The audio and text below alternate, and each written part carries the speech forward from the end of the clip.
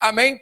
Mas o importante para a gente não é se foi 2, 3 ou 10. O que importa é que Jesus teve poder para libertar alguém. Amém? Olha só o que a palavra de Deus diz. Capítulo de número 5 do Evangelho de Marcos. Chegaram ao outro lado do mar, a região dos Gadarenos. Logo que Jesus desceu do barco, caminhou ao seu encontro.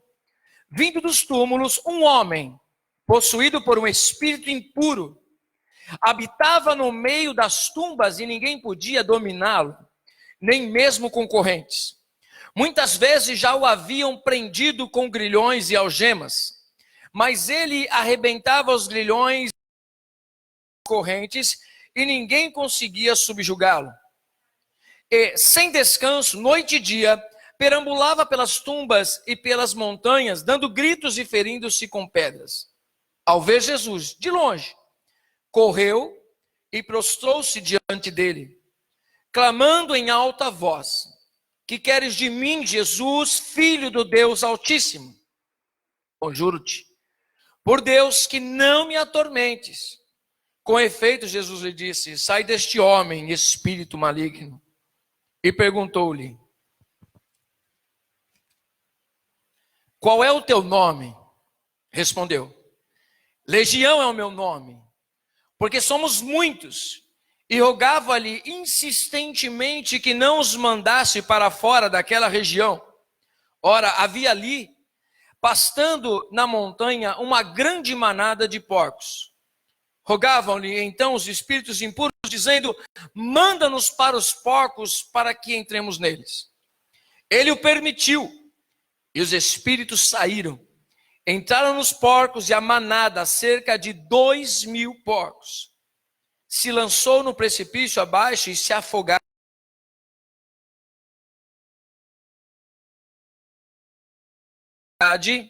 E nos campos. E as pessoas correram a ver o que havia acontecido. Foram até Jesus e viram o endemoniado sentado, vestido e em são juízo, aquele mesmo que tivera legião, e ficaram com medo. As testemunhas contaram-lhe o que acontecera com o endemoniado e o que houve com os porcos. Começaram então a rogar-lhe que se afastasse do seu território. Quando entrou no barco, aquele que fora endemoniado rogou-lhe que o deixasse ficar com ele. Ele não deixou e disse-lhe: vai para a tua casa e para os teus, para a tua família, e anuncia-lhes tudo o que se fez por ti, o Senhor, na sua misericórdia. Então ele partiu e começou a proclamar na Decápole o quanto Jesus fizera por ele, e todos ficaram espantados. Amém? Que é uma passagem, essa palavra foi uma palavra que eu peguei há uns dias atrás, lá na Semente da Fé, e eu tinha preparado ela no coração o dia que Deus apresentasse para nós. E aprove hoje nós compartilharmos dessa palavra, um tanto conhecida de nós. Quem já leu essa passagem? Quem já conhece essa passagem aqui? Vai ficar fácil de eu pregar para você. Quando a gente tem que pregar, para quem não conhece nada, vai ser mais difícil. Mas quando você já tem, pelo menos a passagem, o que é que aconteceu, vai ficar mais fácil de você entender, trazer a revelação para você. Aqui nós vamos acompanhar nessa história, imagine só a cena que nós nos deparamos. Primeiro, imagine você como discípulo de Jesus andar ao lado dele e agora chegar nessa cidade e se deparar com essa situação. Só que um pouco antes, um capítulo antes, no finalzinho, quando eles estão indo a caminho da cidade de Gadara, ali diz a palavra que Jesus estava dormindo. E depois, quando os discípulos vê a situação que está o mar, quase eles indo a pique, eles acordam Jesus e Jesus não se dá conta do que está acontecendo aqui, e Jesus dá uma certa, de leve, uma repreendida neles, ou seja, vocês não têm fé para vencer essa dificuldade, essa tempestade. E aí Jesus vai lá e repreende o vento, repreende a tempestade, repreende o mar e fica tudo em paz. Qual é a pergunta que eles fazem? Quem é este que até o vento e o mar lhe obedecem? Diga assim comigo, quem é esse que até o vento e o mar lhe obedecem? Esse é o nosso Deus. Esse é o nosso Jesus. Que ele tem poder de acalmar a tempestade. Os discípulos ali, eles ficam atônitos olhando, quem é esse que uma palavra acalma a tempestade, tudo, ele muda o cenário. Quem é esse? Então você vê que eles estão aprendendo sobre Jesus, eles estão andando com Jesus, estão alcançando maturidade, conhecendo cada dia mais e mais o Senhor. Eu quero pedir que Deus, em nome de Jesus Cristo, Ele nos surpreenda a cada dia com uma revelação nova, para que a gente possa criar expectativa sobre o nosso Deus, que nós possamos fazer igual os discípulos fizeram, um momento a gente olhar e dizer assim, quem é este que faz esse milagre acontecer? Quem é esse que abre o mar? Quem é esse que cala o mar? Quem é esse que faz o impossível acontecer? Só para você poder dizer, esse é o meu Deus. Amém? Não conhecer de ouvir falar, mas conhecer de uma experiência. Não é uma fantasia, Deus é real, amém? Você acredita que Deus é real? Então peça para Ele, meu irmão, e não tenha medo, não tenha vergonha. Peça para Ele uma experiência, algo que impacte o seu coração. Amém? Isso não é pecado. Isso não é falta de fé, pelo contrário, é muita fé, acreditar naquilo que os olhos não veem, dizer assim, Senhor, me impacta com milagre, me impacta mostrando que Tu és o Deus da minha salvação, de que Tu és na minha vida, e eu creio que Deus vai te fazer viver uma experiência com Ele. Mas não peça na sua necessidade, peça no manifestar que Deus quer para você. Deixa Ele fazer do jeito que Ele quiser. Porque o jeito que Ele fizer vai ser o jeito que vai impactar o seu coração. Ele sabe como impactar o seu coração, não sabe? A gente não sabe como agradar um pai, não sabe como agradar o filho, não sabe como agradar uma pessoa que a gente ama. Porque a gente conhece o coração, não conhece a aparência. Deus também, Ele não conhece só a sua aparência, Ele conhece o teu coração. E que a tua experiência venha gerar louvor ao nome do Senhor. Amém? Aí imagine, você já está junto com Jesus, chegando numa terra, você já está espantado, descendo de um barco, eu acho que ali ninguém mais dormia, né? Todo mundo já não ficava mais com medo da tempestade, ficava olhando para Jesus, né? E falando, meu Deus, quem é Ele? Agora, quando Jesus desce do barco, a coisa fica mais tensa, porque quando Ele desce do barco, vem um endemoniado correndo e se prostra diante dele, e declara o que muita gente não declarava. A Bíblia mesmo nos ensina que até os demônios creem e estremecem no nome de Jesus. E aqui está a prova. Jesus não abriu a boca. Jesus não fez estardalhaço. A presença dele numa região geográfica fez o demônio se dobrar diante dele. E aí nós percebemos, não dá tempo, o tempo é curto para a gente entrar essa questão de território, entrar em batalha espiritual, seria seminário, né? E talvez até você fale assim, não, só posso falando dessas coisas, né? Mas eu acredito, gente. Deixa eu te dizer uma coisa. Mundo espiritual não é uma fantasia. E eu vou te provar dentro da palavra de Deus que você pode estar apanhando no mundo espiritual porque você entende que ele é uma fantasia. Está brincando. E o mundo é real. O mundo é real. O mundo espiritual existe antes do nosso mundo físico existir. E ele exerce pressão, influencia este mundo, sim ou não? E por que a gente vacila então? Sabe por quê? Porque a gente tem maneira de olhar somente aquilo que os nossos olhos veem. E Paulo ele nos ensina, lá em Efésios, texto já gravado, né? Chavão. Que a nossa luta não é contra carne nem sangue, mas é contra quem? Os principados, os potestades, esse mundo espiritual que exerce força nesse mundo aqui. Amém? Mas olha só o que acontece, logo de cara, nós precisamos ver qual é a condição do endemoniado. Então ele não é um endemoniadinho, ele é um endemoniadaço. Por quê?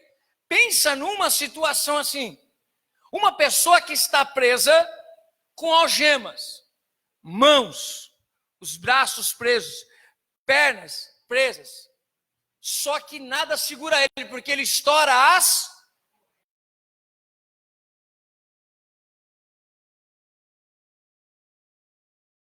se cortando com pedras, estourando correntes e andando nu ainda. Imaginou um negócio desse, gente? Teve uma época que tinha uma senhora, que eu não sei o nome dela, ela ficava andando aqui na rua, que assim, teve um dia que eu estava chegando aqui na igreja, a mulher estava descendo nua aqui, ó, correndo. Aí lá sai o apóstolo atrás da mulher nua, com a roupa debaixo do braço, correndo. Peraí, senhora, peraí, coloca essa roupa aí, pelo amor de Deus. E tem gente que passa da risada, mas a pessoa, no caso dela não estava endemoniada, problema mental. Se o demônio atrapalhou a mente dela, eu já não sei. Mas você vê que ela não estava sã. Ela, perdida, colocou a roupa e foi-se embora. Fala, aleluia. Pelo menos vai vestida pelos cantos que for aí. Agora imagine uma situação de você ver um homem nu, forte, endemoniado, correndo para lá e para cá. Quem chega perto dele? Irmão, se um endemoniado se endemoniar no meio do pessoal, já abre aquele clarão assim. Ó. Imagine uma pessoa com uma força descomunal. Aí ele chega diante de Jesus e se prostra diante do Senhor. E além dessa força, só para a gente deixar gravado para o final, diz a palavra, que esse homem havia perdido também a identidade dele. Ele vivia aonde? Cemitério, sepulcros. Gente, coisa de doido esse negócio. O cara nu, endemoniado, corrente nenhuma travava o cara, ficava dentro de um cemitério e todas as pessoas que passavam por perto fugiam dele. Mas diante do Senhor Jesus, ele se prostra. Mas nós vemos aqui três coisas. Tem gente que, eu entendo que Jesus também está dizendo, não está falando de Satanás, mas esse texto pode ser muito bem aplicado a Satanás, que é João capítulo 10, versículo 10, a parte A. O ladrão veio, senão para roubar, matar e destruir. Diga assim comigo, o ladrão veio para roubar, para matar e para destruir. O que foi que esse ladrão das almas fez? Ele roubou a identidade daquele homem. Ele não tinha mais identidade, ele não é mais ser humano. Agora ele é um bicho. Agora ele não tem mais vida, ele vive à margem. Ele é um vivo morto, é um zumbi, porque ele não tem identidade, ele não é ele mesmo. Ele é simplesmente um objeto do demônio. Quem está entendendo? Outra coisa, então, se ele primeiro rouba a identidade, pois ele mata a vida daquele rapaz, ele destrói a existência. Por quê?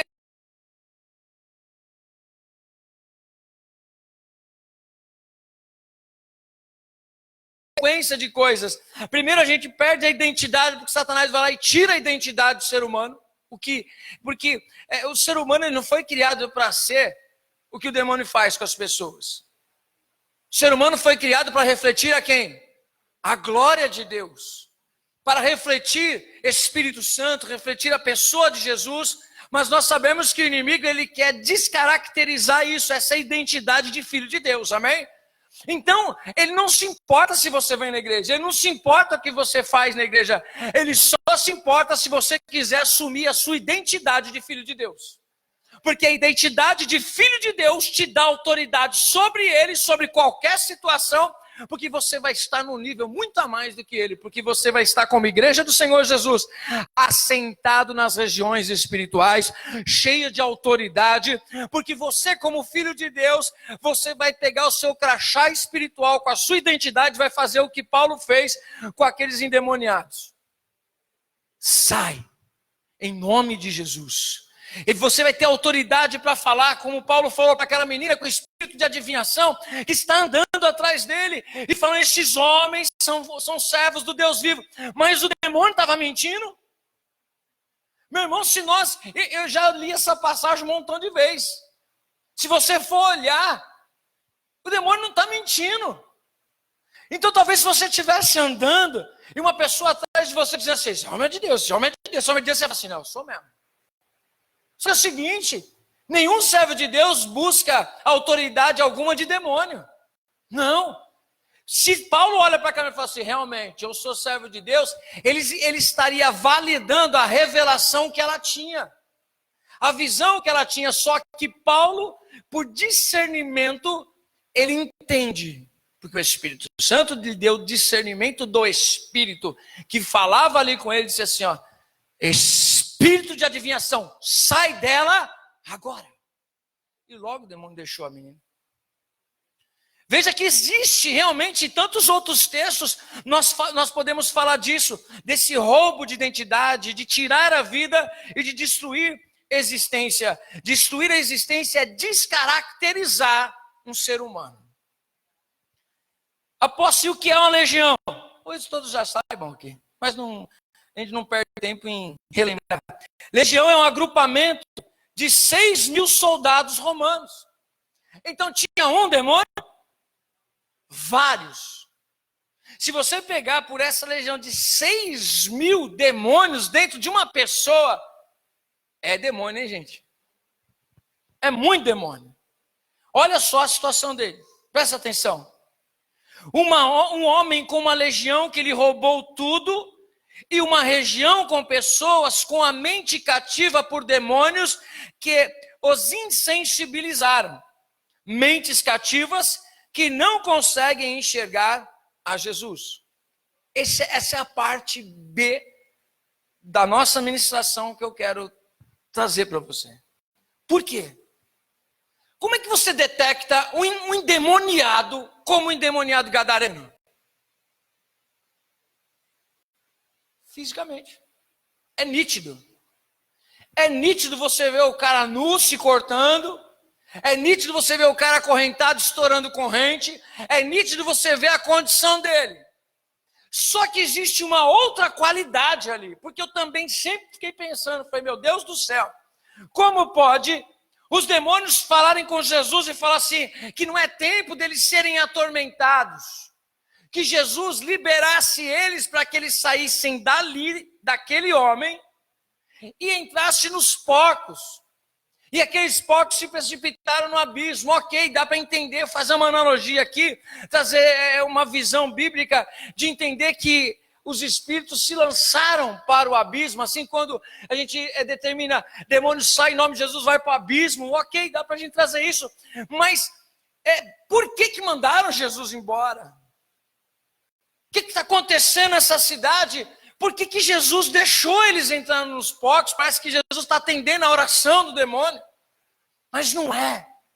É que existia na cidade legalidade. Portas abertas para que eles estivessem lá. Demônio nenhum permanece no lugar sem legalidade. A legalidade é porta aberta para ele habitar ali. Aí você fala, como, apóstolo? A gente não sabe.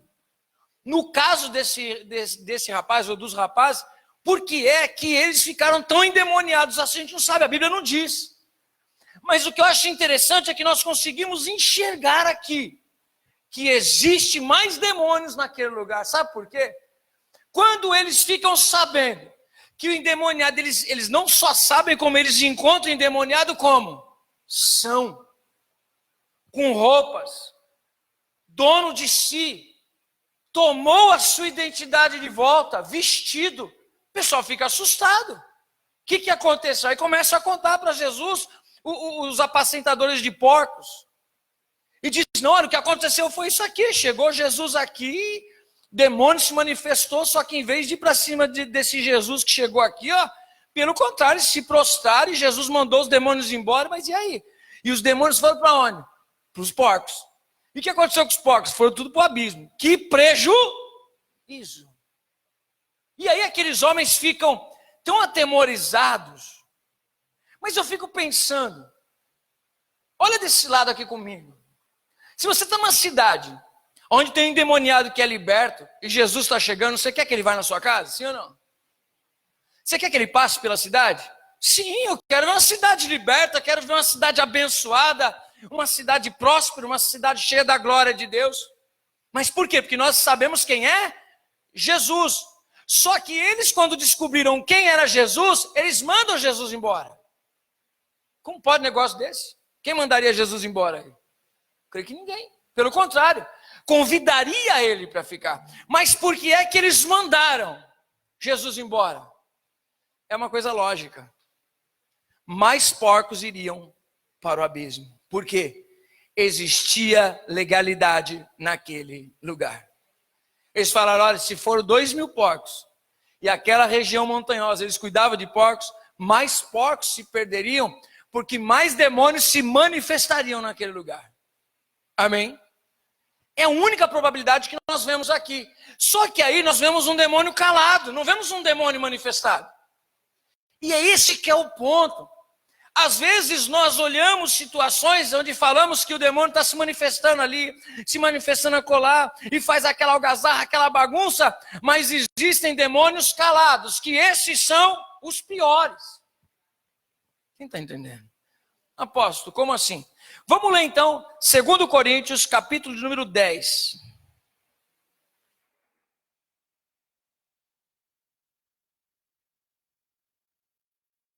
Segundo Coríntios 10.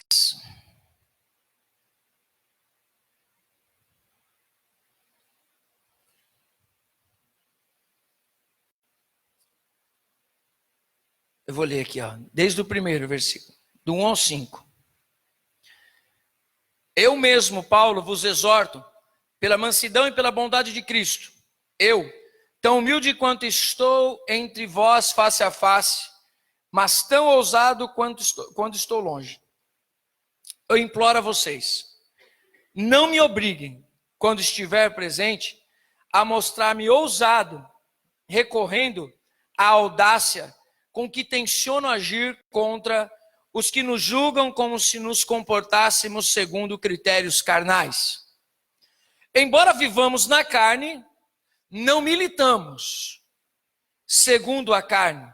Na verdade, as armas com que combatemos não são carnais, mas têm ao serviço de Deus o poder de destruir fortalezas. Destruímos os raciocínios presunçosos e todo o poder altivo que se levanta contra o conhecimento de Deus.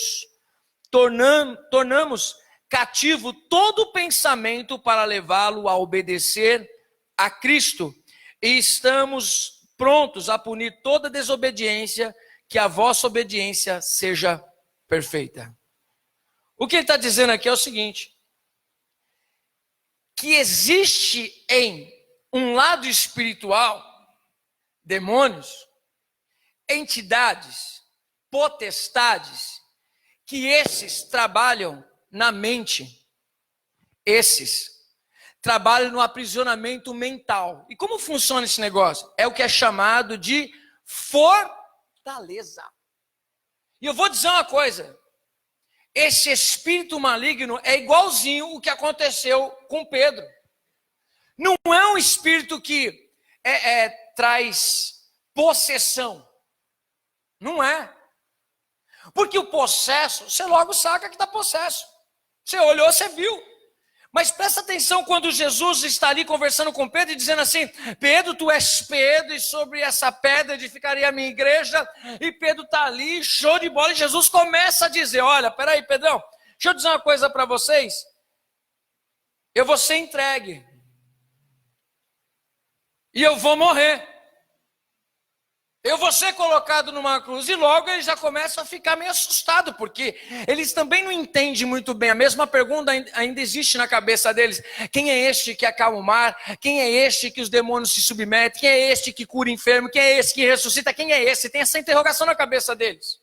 E alguns deles também entendem, como perguntam depois, lá em Atos, capítulo 1, qual o tempo que o Senhor vai restaurar Israel? Porque eles têm na cabeça que Jesus, ele, por seguir a raiz de Davi, o trono de Davi jamais seria desamparado, teria alguém ali. Eles entendiam que Jesus, ele seria um líder que traria reforma religiosa, sim, mas libertaria o povo judeu das mãos dos romanos. Então ele seria um líder político religioso. Amém? Ele faria uma guerra santa. Está entendendo? Então eles estão com essa cabeça e Jesus agora está dizendo, não, eu vou morrer. Eu vou entregar minha vida. Aí Pedro automaticamente olha para Jesus, se compadecendo dele, e afirma o seguinte: jamais isso vai acontecer contigo. Para com esse negócio. O que Pedro está dizendo é uma sugestão diabólica. Eu fiquei pensando comigo que tem coisas que a Bíblia não diz.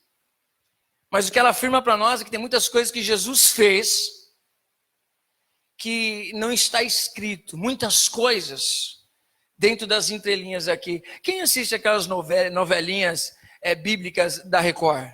Assiste? O Zaguinho gosta, né, pastor? O Zaguinho não perde um, né?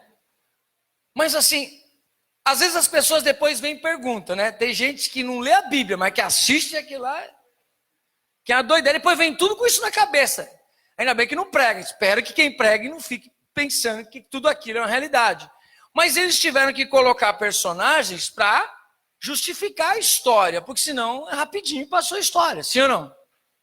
Agora eu fico pensando, depois dessa conversa de Jesus com Pedro, ele dizendo assim: arreda-te de mim, Satanás. Pensou? Pastor Vitor vai fazer alguma coisa. O pastor Vitor fala assim: eu vou fazer. O pastor Vitor recebeu essa ministração no coração dele para a gente fazer uma sexta-feira, né, pastor? E a gente está orando. E ele falou: apóstolo, a gente ora só em intercessão. E tá falando, para a igreja? Então coloca o povo todo para orar, vamos embora. Mas imagine o pastor vem com todo esse sonho, todo esse desejo dele no coração. Aí eu chego para ele e falo assim: ih, pastor, isso não vai dar certo. Aí o pastor vira para a apóstolo assim: arreda-te de mim, Satanás. Pensou, pastor? Você não ficaria assustado? Mas vem cá, só nós aqui. Quantas pessoas, quando você compartilhou o que Deus compartilhou no teu coração, quando você disse, não veio aqui e voltou? Que você foi compartilhar algo do teu coração e a pessoa jogou um balde de água fria no teu sonho. Isso é de Deus. Isso aqui não é um sonho de Deus, é o que Deus está colocando no seu coração, é um propósito de Deus. Aí a pessoa olhar para você e dizer assim: arreda-te de mim, Satanás. Sabe? Você vai lá, por exemplo, você pega e vai fazer a campanha aqui, 7 dias. Aí eu vou lá, compro na gráfica, bonitinho, trago aqui, falo assim: a gente vai fazer. Ó, em nome de Jesus, Deus vai fazer milagre. Amém, irmã Lúcia? Glória a Deus. Deus vai fazer milagre. Aí uma pessoa, sem abrir a boca, na mente dela já diz: isso não vai dar em nada. Quando você prega a palavra, o coração da pessoa está embrutecido, que nem uma pedra.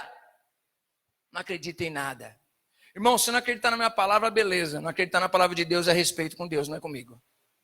Se eu disser para você que vou pagar uma Coca-Cola, você fala assim: duvido, beleza.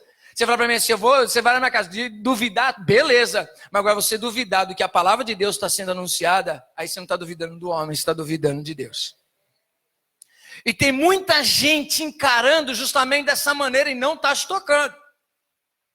A mente está levantada uma torre, uma fortaleza que blinda a mente da pessoa. Ela fecha o coração, qualquer coisa que se fale da palavra de Deus, o coração está blindado. Isso é fortaleza. Sabe, aquele negócio assim, por exemplo, a pessoa diz assim: você não entendeu direito. Vamos pegar um exemplo assim, a Sara e o Abraão. Eles receberam uma promessa, não receberam uma promessa? Eles seriam pais, né? Pai, mãe, ele seria pai de uma grande nação. Ele teria um filho que seria um milagre. E a gente vê a Sara conversando com ele, dizendo o seguinte: vai ver que você não entendeu direito. Deite-se com a minha serva Agar. Porque o problema está comigo. E a gente resolve esse negócio. Ela ficou com a mente blindada para entender aquilo que Deus iria fazer. Ela ficou com o coração insensível. A palavra de Deus deu aquela morrida no coração dela. E a gente vê como isso é uma realidade, que quando aparecem os anjos e conversam com Abraão e diz que ele seria pai, e daqui um ano ia ver a coisa acontecer, o que ela faz lá? Ela já não acredita mais na promessa. A gente tem estudado de domingo o povo de Israel, gente do céu. Um povo que está debaixo de uma nuvem. Um povo que come pão que vem do céu. Um povo que bebe água da rocha. Um povo que vive milagre. Mas a mente dele tem fortaleza. Por quê? Nem tocando na terra prometida eles têm condições de ficar de pé diante de Deus. Por quê? Porque a mente deles estão fortalezas, existem fortalezas para que eles não recebam a palavra de Deus. Quem está entendendo? Olha só. Se eles dizem, Jesus vai embora, eles estão fazendo o que com Jesus? Expulsando Jesus.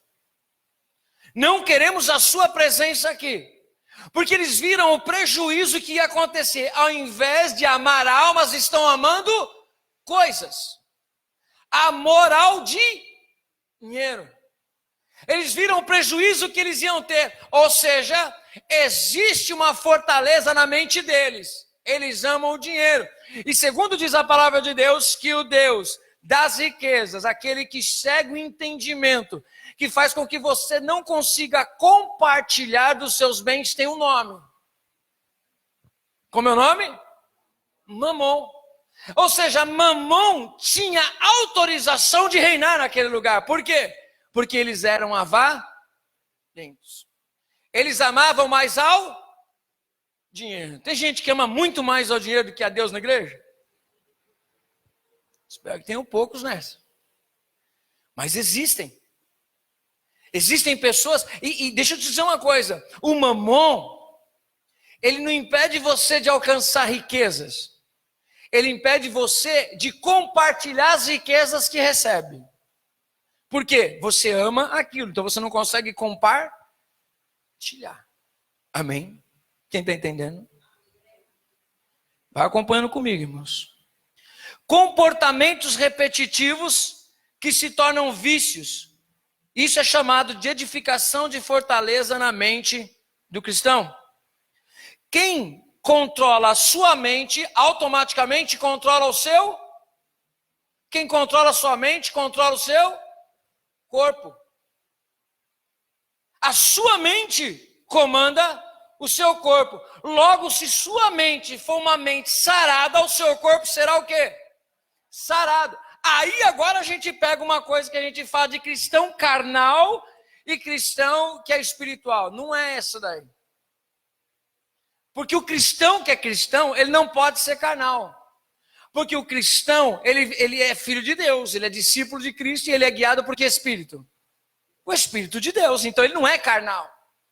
O problema é a mente carnal. Mas o que é a mente carnal? É a mente que até serve a Deus, só para as coisas dessa terra.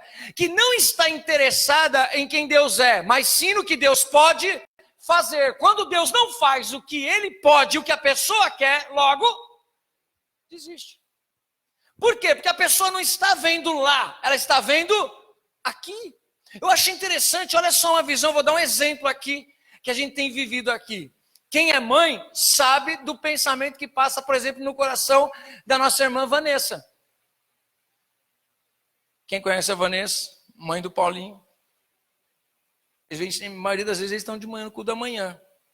O Paulinho, a gente conversou com o pastor Rodrigo também, né, pastor? Ele falou assim: apóstolo, Deus me chamou. Falei: para onde? Ele falou assim: me chamou para as nações. Falei: legal. A gente começou a bater um papo. E ele começou a falar, comecei a ministrar a vida dele também, sobre a questão de chamado e tudo mais, bater um papo com ele. E aí ele já se inscreveu, fui lá no site também, já postei lá o que precisava colocar como pastor e tudo mais. E ele se inscreveu para ser jocumeiro, ou seja, fazer parte da Missões Jocum, jovens com uma missão. No entanto, imagine isso, a mãe como fica? Né? O pastor que acompanha mais perto, né, pastor? Fica, ai, meu coração. Quer conhecer o lugar, quer saber como é que tá. Quer filho. É meu filho. Diga assim, meu filho. Você tem filho? Quem tem filho aí? É o mesmo pensamento que a Vanessa tem. É o mesmo pensamento que eu tenho, que nós temos filhos. Mas quem chamou o Paulinho? Agora pensa na dificuldade da mãe entender que ela tem que abrir mão daquilo que é dela. Só que não é dela. Ele é de quem? E Deus o chamou. Vê como a gente tem um senso de propriedade até sobre os nossos filhos. E quando Deus chama, Deus está tirando algo nosso. E eles não são nossos. Não é difícil para a gente entender isso. Que existe um mundo espiritual que reina sobre este mundo nosso. Ou seja, no mundo espiritual, Paulinho existe com um propósito. E ele foi chamado para o propósito de Deus. E o propósito de Deus não é só que ele seja filho da Vanessa, é que ele seja alguém que leve o amor de Deus às nações. E para a gente entender isso, no mundo espiritual a coisa funciona diferente. Imagine como foi difícil para Maria entender isso. Não Maria, minha mãe. A Maria, mãe de Jesus na terra. Ela amamentou o Filho de Deus. Ela viu o Filho de Deus crescer. Só que ela entendia que era de quem? Dela. Ela tinha a parte que era dela. Então é meu filho. Menino, onde você está? Por que você me deixou aqui? Falei: eu vim cuidar das coisas do meu pai. Você esqueceu que eu não sou teu? Jesus, a sua mãe, suas irmãs, seus irmãos estão tudo lá fora. Eu falo assim: não somente eles, todos vocês, todos aqueles que fazem a vontade do meu pai, esses são os meus irmãos, minha família. Só que para a gente é difícil entender esse mundo espiritual nesse mundo nosso aqui. Parece que é uma irrealidade. A gente fala dele, mas se esquece dele. Nós falamos de possessão demoníaca, nós falamos de influência demoníaca, nós falamos de dardos inflamados do maligno, mas nos esquecemos que eles existem. E os dardos são aqueles que não matam, são aqueles que ferem. Quem está entendendo? É aqueles que vão minando a nossa força. Essa batalha existe. Essa força espiritual existe. Diga para o irmão que está do seu lado: o mundo espiritual existe. Apóstolo, mas existe principados, potestades, existe todo um organograma angelical e demoníaco? Sim. Quer mais prova do que a história de Daniel, quando está jejuando e orando e buscando a Deus? Daqui a pouco aparece um príncipe e fala com ele, fala assim: eu vim trazer a resposta, mas a resposta saiu faz tempo. É que no meio do caminho estava dando uma treta com o príncipe da Pérsia. E aí eu não consegui trazer a mensagem para você e tive que pedir para outro vir me ajudar, porque o couro estava comendo. Mas agora chegou aqui a sua resposta. Meu irmão, presta atenção nisso. Às vezes a resposta não veio ainda, não é porque Deus não ouviu, é porque está havendo uma batalha até chegar ao teu coração, até a coisa acontecer. Então não desanime, como Daniel continua orando, porque o que Deus vai trazer da revelação passa por gerações. A coisa é forte, é coisa grande, por isso que o inimigo quer impedir. Quem está entendendo? É a maneira astuta dele fazer. Mas presta atenção como trabalha na mente. E o Espírito Santo quer transformar o quê? A mente. Vamos ler mais uma? 1 Coríntios 2,16.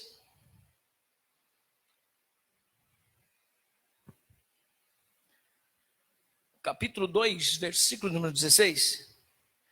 Pois quem...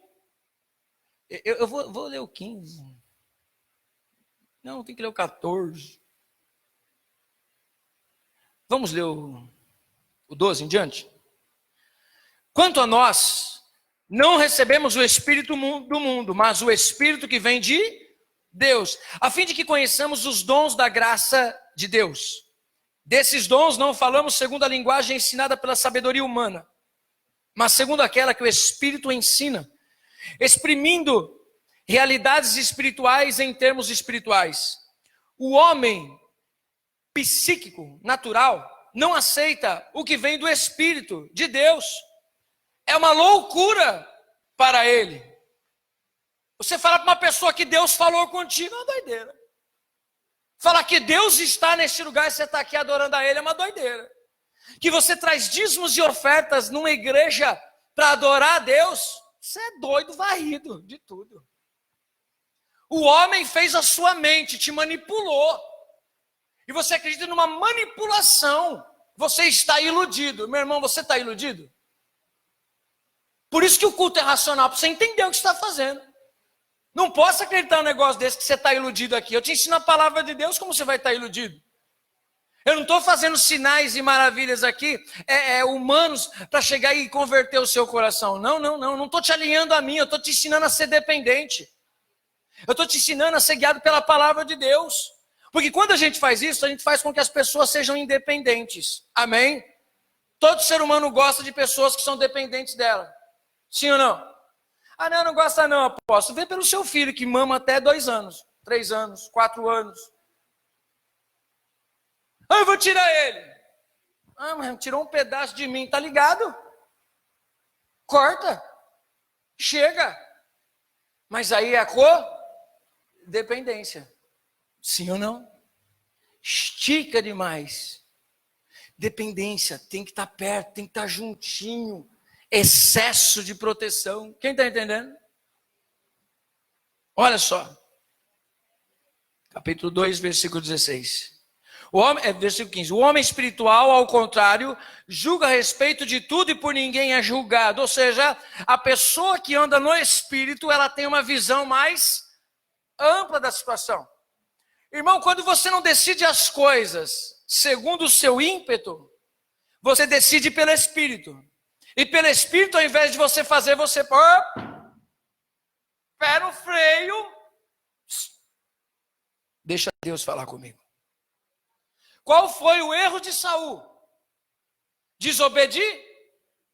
Deus mandou ele ofertar? Deus mandou ele sacrificar? Não, Deus mandou ele fazer o quê? Esperar. O segredo está na obediência. Mas ele não consultava o Espírito Santo, ele não falava com Deus, ele não orava, não teve paciência de esperar o profeta, tomou decisão de cabeça quente. O que aconteceu? Perdeu o reinado. Não perca a bênção de Deus na tua vida. Espere no Senhor. Diga para o irmão que está do seu lado, espera no Senhor. Se Deus não disser para você fazer alguma coisa, o que você tem que fazer? Nada.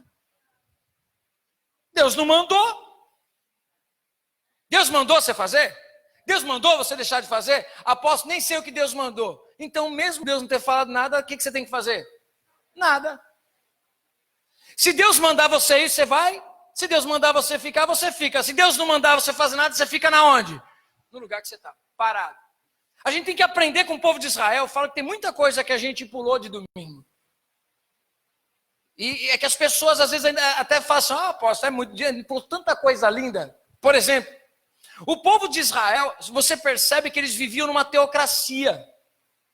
Quando eles têm, por exemplo, entre o período de juízes e período de reis, você vê que continua a mesma coisa. Se os reis obedecem, se os juízes obedecem, Deus se manifesta e o povo será uma bênção. Se os juízes não obedecem, logo o povo se desvia. Se o rei não obedece, logo o povo desvia também. Ou seja, Deus continuou sendo o centro de todas as coisas no reinado dele. É teocracia. O povo de Israel andava no deserto, mas eles tinham algum rei? Eles tinham algum juiz? Não, eles tinham uma pessoa que funcionava como um tipo de Cristo que guiava eles no caminho. No entanto, como líder físico, Mas existia um guia espiritual ali. E não é guia dessas coisas que você entendeu, né?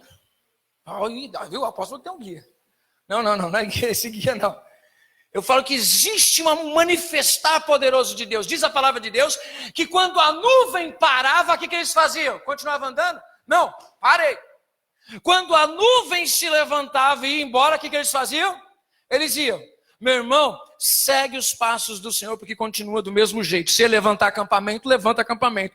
Se ele fixar o acampamento, fixa o acampamento. Porque na obediência está o segredo do sucesso, para a sua e para a minha vida.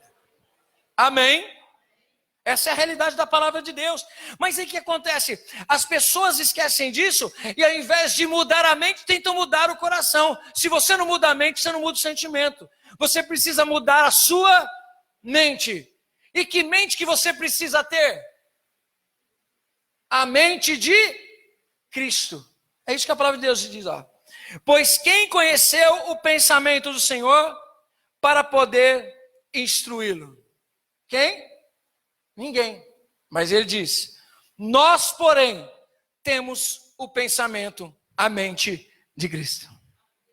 Você vê que Satanás, o trabalho dele é tirar a mente de Cristo e deixar a mente sua? Sua mente carnal, minha mente carnal. E a nossa mente carnal é facilmente influenciada pelas coisas do maligno. Sim ou não? Se deixarmos guiar pelos nossos pensamentos, eu vou citar algumas coisas aqui rapidamente por causa do tempo, tá? Olha só, por exemplo, a maneira de Satanás agir para levantar fortalezas. Temperamentos explosivos, dificuldade em liberar perdão, avareza, pessoa orgulhosa, coloca dúvidas a respeito da fé, inveja, insegurança, depressão, vícios. A gente pensa que tem vício só fumar e beber, né? Usar droga. Tem um monte de outros vícios aí, irmão. Quem está entendendo? Quem ouve a palavra do Senhor? Quem tem ouvidos para ouvir a palavra do Senhor, diga glória a Deus. Vários vícios. Ou seja, e esse vício é uma coisa a ser alimentada. Por exemplo, a pessoa que dá o primeiro trago no cigarro e vai começar a fumar, ela já começa fumando um maço? Não. Ela começa dando o primeiro trago. E aí vai indo. Daqui a pouco tem 4, 5 maços, daqui a pouco ela não aguenta mais. É um pacote no dia, fica aquele desespero. Por quê? Ela começa, o vício é assim, ele começa aos poucos. Depois você se torna dependente. É a mesma coisa que acontece em todos os tipos de vício. Você começa, não é nada não. Não é nada não. Daqui a pouco tomou conta de você. O seu hábito se tornou um vício. Por isso que é bom, ainda que você comece na carne a ler a Bíblia, leia, porque você vai terminar no Espírito. Ela vai falar com você, ela vai abrir o teu coração. Você vai começar a se alimentar dela, Quando Deus não falar audivelmente, não usar a boca de um profeta, vai para a Bíblia, porque de algum jeito ela vai falar com você. Quem está entendendo, diga glória a Deus. Mas aí o inimigo vai ficar fazendo o quê? Isso não é para você não, hein? Isso daí não vira não. Ih, para. Vai começar a vir aquelas vozinhas. Saiba disso que é sugestionamento satânico. Amém? Ó. Insegurança, depressão, vícios, comportamentos diversos que impedem crescimento espiritual. Fiz aqui algumas anotaçõezinhas. Para a gente não perder. Não se preocupa não que não é o caderno inteiro não, viu, irmão? Só veio virando assim o pessoal, apóstolo. Preste atenção. Tudo, diga comigo assim, tudo que for contrário à sã doutrina é ação do inimigo. Começa aos pouquinhos. Daqui a pouco você vai alimentando. Daqui a pouco você desvia o seu pensamento. Seu pensamento manda as informações para a tua alma. Os teus sentimentos começam a ficar uma bagunça. Logo você se afasta. Logo você fica longe. O bom é que por mais que a gente se afaste de Deus, Deus não se afasta da gente. O bom é isso. É muito interessante, desde Gênesis. Deus expulsou o homem do paraíso? Sim ou não? Não houve consequência? Houve. Deus deixou de descer lá e falar com o homem no paraíso? Mesmo sabendo que o homem tinha pecado? Deus mandou embora, o homem foi solitário, errante pelo caminho? Não. Deus foi atrás dele, querendo restaurar ele, porque Deus ama. Por mais que você esteja distante, a graça de Deus pode te alcançar nessa noite e te trazer de volta. Amém? Apóstolo, mas meus pensamentos são terríveis. Quem já foi traído pelos seus pensamentos? Eita Deus, todos nós. Quantas vezes a carne não disse, é seu direito, vai lá e faz. E aí você falou, não, fica quieto aí. Quantas vezes você teve coragem de passar de tola, de frouxo ou de frouxo? Tudo isso porque você esperou no Senhor. Ninguém vai te entender, porque seria natural você voar no pescoço das pessoas, seria natural você sair falando palavrão, seria natural você largar tudo, mas você vai fazer o que muita gente não faz, ser diferente, porque você vai olhar o que não, o que Jesus faria no meu lugar? Ele não faria isso, então eu não vou fazer, eu vou fazer as coisas que agradam ao meu Senhor. Eu já vendi a minha vida, na verdade eu entreguei minha vida porque foi comprada lá na cruz, agora eu vivo para agradar ao meu Senhor, agora eu não vou viver mais para agradar a mim, o meu ego, a minha vontade, eu diz, larga tudo, mas o Senhor diz, vem para cá. A minha alma muitas vezes está confusa, perdida, mas eu repreendo ela e digo, descansa, espera em Deus. Você domina os teus sentimentos, porque você sabe do seu propósito. Você veio nessa terra para glorificar a Deus, e ainda que existam lutas na nossa vida, segundo a palavra de Deus, tudo contribui para que nós venhamos a ser mais parecidos com o Senhor Jesus Cristo. É isso que é, irmão. Ah, apóstolo, mas a luta dói. Eu não estou dizendo que não dói. Eu não estou dizendo que as afrontas não são fáceis. Não, eu só estou dizendo uma coisa. Que nós precisamos ficar de olho. Porque é o dedo de Deus moldando a gente. Amém? Olha só. É muito interessante como Satanás trabalha. Ele entra para dividir o reino. Ele trabalha com a divisão. E a primeira coisa que começa a divisão é na mente. Por quê? A gente começa a defender o nosso castelo, sim ou não? A gente levanta aquela torre igual a Babel. Cada um levanta a sua Babel. Você levanta a sua, eu levanto a minha aqui. Aí a gente começa a querer fazer o nosso reino. O que foi que eles quiseram fazer na terra de Sinear? Vamos levantar um marco, porque se Deus quiser espalhar, a gente não vai conseguir. Nós vamos levantar uma torre e mostrar o nosso poder, como nós somos fortes. Sempre que nós fazemos isso, seja dentro de casamento, seja na amizade, seja na liderança, seja no companheirismo, seja na igreja, seja em qualquer lugar, nós dividimos. E aí Deus desce e ainda fala, eu vou dividir mais ainda. Por quê? Porque aonde não há união, eu não ordeno a bênção. Aonde há torre, eu trago a confusão, porque vocês abriram a brecha para ver essa legalidade. E aí o inimigo vem e trabalha nessas legalidades e acaba espalhando.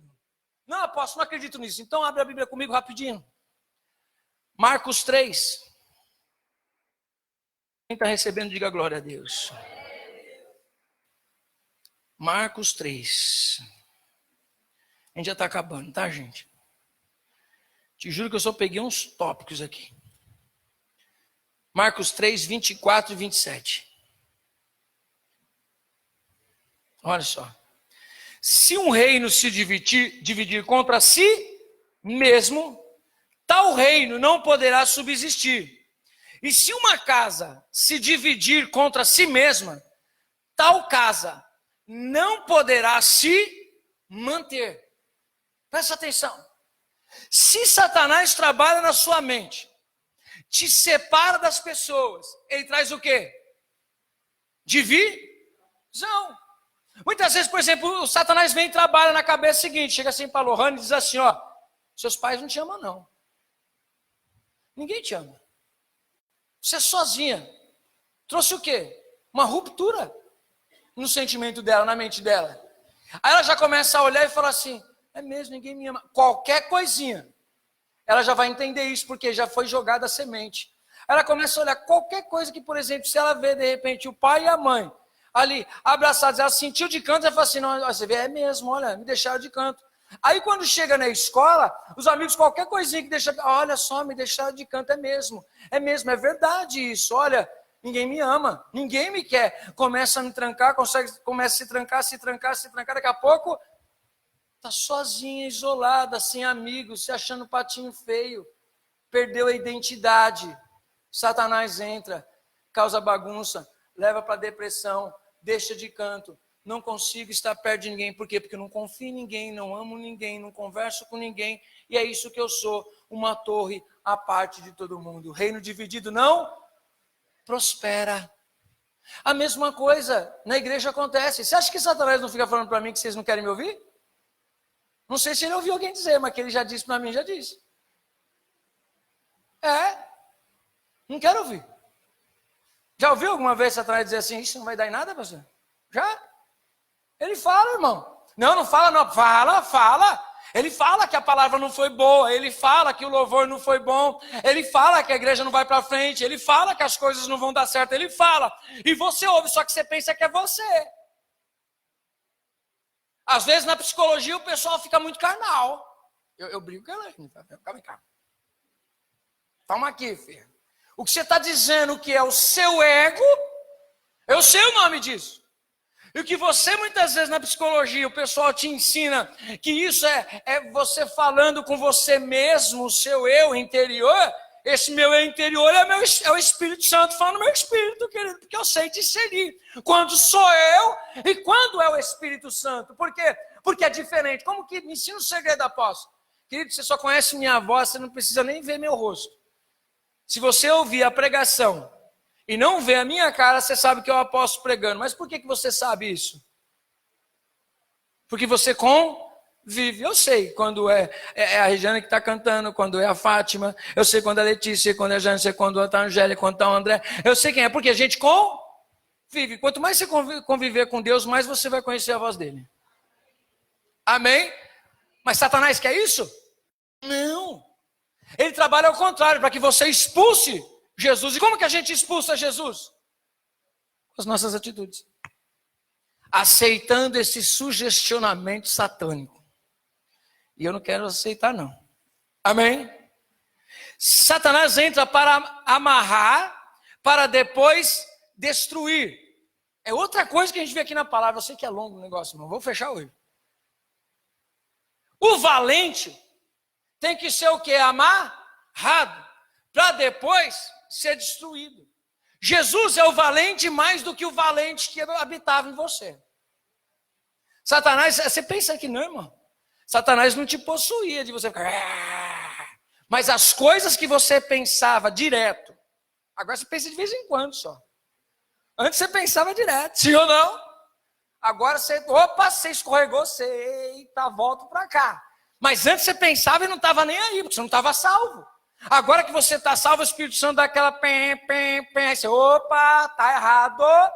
Volta, se arrepende, bate o joelho, Senhor, eu sei que não é dessa maneira. Me perdoa, Senhor, os pensamentos, me perdoa as atitudes, me perdoa tudo, Senhor. Olha, eu me arrependo, mas ninguém viu, não importa, Deus viu. Seu sentimento é diferente. Agora, antigamente, Satanás reinava. Mas como, apóstolo? Eu nunca fiquei endemoniado. A mente, os pensamentos, os sentimentos. Agora é o Espírito Santo que reina. E quando o Espírito Santo reina, os sentimentos são mudados. Tudo é diferente. E não existe maior testemunho do que sua própria vida. Eu não vou nem pegar mais algumas coisas aqui, mas vamos direto para o final aqui. Jesus, na parte B de João 10:10, disse o quê? O ladrão veio para roubar, para matar e para destruir. Sim ou não? E Jesus disse que veio fazer o quê? Logo em seguida, eu vim para vos dar vida e vida com abundância. Eu vou narrar para você o que é vida com abundância, porque aconteceu na vida desse rapaz. O que Mateus não narrou, não escreveu, Lucas e Marcos fizeram a questão de escrever. Sabe o que foi? Aquele homem que um dia foi endemoniado não é mais igual nós. Tínhamos uma mente endemoniada, tínhamos pensamentos perversos, mas veio o Espírito Santo e te ajudou e foi transformando a sua mente, amém? Se não aconteceu, vai acontecer em nome de Jesus Cristo, pelo menos profetiza na tua vida, amém? Agora, libertos, nós voltamos para o ambiente de identidade, ou seja, no convívio familiar. Aquele homem, quando encontram ele está nu, ele está acorrentado? Não, agora ele está liberto, agora ele está vestido, agora ele tem identidade. Ele fala, eu vou seguir a Jesus, eu vou seguir a Jesus. E nós pensamos que Jesus não mandaria ninguém de volta. Talvez ele pensou a mesma coisa, eu vou ser aceito no time de Jesus. Mas quem disse que ele não foi aceito no time de Jesus? Ele foi aceito antes dos outros, sabe por quê? Porque ele saiu evangelizando, diz a palavra, que Jesus falou o seguinte, não, você não vai com a gente não. Isso não significa que você vai ficar de boca calada, você vai embora para a tua família e você vai anunciar o que Deus fez na sua vida. E isso é uma boa nova, sim ou não? Isso é evangelho. Deus fez alguma coisa na sua vida? Então levanta sua mão e se dá um glória se Deus fez alguma coisa na sua vida. Então você já pode ir para a tua família mostrar alguma diferença na tua vida. Então você já pode voltar pelo meio do caminho e dizer, olha o que o Senhor fez por mim. E aonde abundou o pecado, superabundou a graça de Deus. Aonde um dia viram você acorrentado, agora vão ver você liberto. Agora fica pensando um negócio desse, irmãos. Você como mãe, imaginem só, a Bíblia não diz para nós, mas nós não pecamos. Se Jesus disse para ele voltar para os seus, não sei a idade daqueles rapazes, mas vamos pensar que ele tem família, ele tem mãe, ele tem pai, talvez eles sejam casados, tenham filhos. Imagine só a família recebendo eles de volta. Imagine só a família vendo aquele que um dia habitava no sepulcro, chegando em casa, sonho, dizendo, mãe, eu te amo. Vem do pai, vem dos filhos, vem da esposa, voltando ao convívio familiar. Ou seja, o que o diabo tinha roubado, Jesus veio trazer vida e vida com abundância. Ele saiu evangelizando, só que ele não foi direto para a casa dele. Ele passou por 10 cidades, anunciando o que Jesus fez na vida dele. O testemunho da sua vida é o testemunho mais impactante. O mais impactante não é a palavra que eu prego. O mais impactante não é a palavra que alguém prega aqui. O mais impactante é o testemunho da vida de cada um que sobe aqui. Isso sim converte vidas. O seu testemunho, não as suas palavras, não é o que eu prego bonito, ou o que eu prego feio, não é o que a gente canta bonito ou que canta feio, não é isso não. É a nossa vida, o testemunho da nossa vida é o que glorifica a Deus. Amém? Deus quer te fazer isso. Testemunho do poder dele. Deus não quer o seu serviço, Deus quer você. Diga assim, Deus não quer o meu serviço, Deus quer você. Deus te quer. Deus me quer. É isso, irmão. As pessoas são tão assim, cabeça desviada, e viram um terreno fértil para Satanás semear, que a gente pensa que está dizendo o seguinte, ó, vem aqui para a igreja, esteja na igreja, trabalhe na igreja. Não, isso é um lugar para você manifestar o dom que há em você. Mas Deus não quer que você venha trabalhar. Deus não quer que você venha fazer alguma coisa. Deus quer você. Imagine um altar que é resultado do seu relacionamento com Deus. Meu Pai eterno. A gente vai ter que tirar as madeiras daqui. Vai ter que fazer de alvenaria mesmo, senão vai pegar fogo. Porque você vai vir de casa cheio da presença de Deus. Quando nós vamos fazer compra no mercado, nós vamos fazer compra no mercado por quê? Uma coisa lógica. Porque nós não temos em casa. Aí você vai buscar onde? Por quê? Porque você não tem? Você vem na igreja buscar quem? Por quê? Então você não vem para buscar. Você vem trazendo ele no teu peito. Você vem trazendo ele em você. Você hoje é templo vivo do Espírito Santo. Hoje Deus habita em você. Deus não habita no exterior, Deus habita em você. Está dando para entender? Deus está em mim. Deus está em você. Apóstolo, mas eu falo, arrependa-se e sejam cheios do Espírito Santo. Quando perguntam para Pedro, Pedrão, esse negócio que vocês estão falando em língua, estão sendo cheios do Espírito Santo, é que você está falando para nós que é o Espírito de Deus?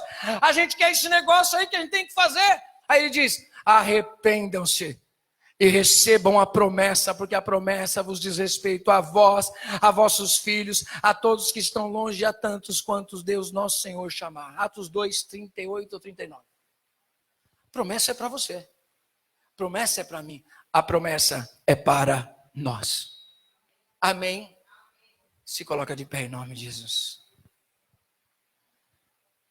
Propósito de Deus é habitar em você. Deus quer habitar em você. Está com o coração aberto para deixar Deus habitar em você? Então acho que seria bom a gente fazer uma oração, pedindo que o Espírito Santo ajude a mudar aqui, ó. O inimigo vai dizer, você não é. Aí você vai dizer, a Bíblia diz que eu sou. Tem importância de conhecer a Bíblia? Irmãos, eu vou dizer uma coisa para você. Às vezes as pessoas falam assim, apóstolo, você parece criança, você vive num mundo de Bob, você fantasia, mano. Você viaja.